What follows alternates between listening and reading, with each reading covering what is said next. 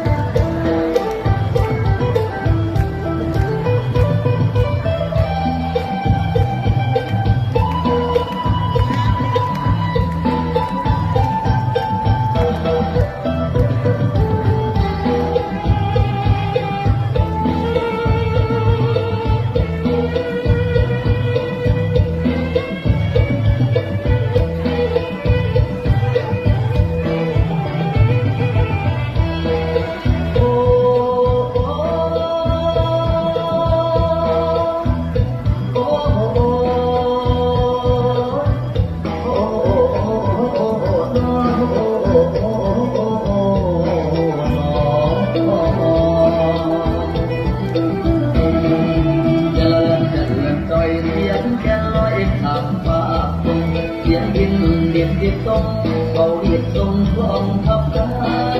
ตุ้มเปิดตุ้มเกิดขบวนเสริมโจมแห่กันโดดเด่นเป็นตำนานคนอีสานเชื่อมกันมาคนอีสานสืบต่อกันมาอีสานบอกให้เงาบ้านเมืองเฮามีแต่มวลใส่แล้วแปรยวนมีแต่มวลกันให้มาน้อยและบุญใหญ่เป็นที่ไม่ชอบกันมา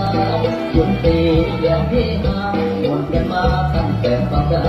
มวนกันมาตั้งแต่บางใด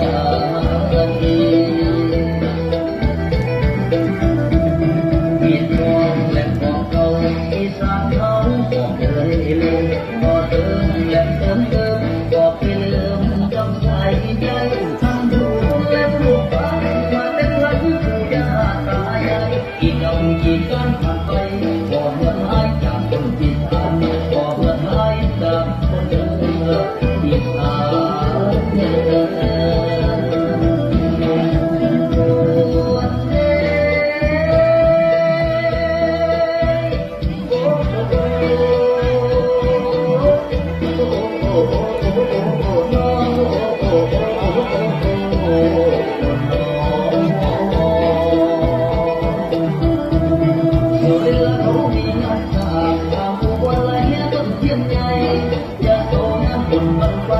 อีกงานไม่ละทางเรื่องขอนแก่นหมดเลยมีตาโตนเมืองสกลแค่ปราสาทเมืองน้ำลายกุ้ยเป็นกระเบื้องไหลไปแล้วมันขาดกระโดดพอแล้วแก่ร้อยเป็นพอแล้วแก่ร้อยเป็นบุญพระเวทน้ำตาชนได้กินแล้วกับบุญขนมได้กินแล้วกับบุญขนม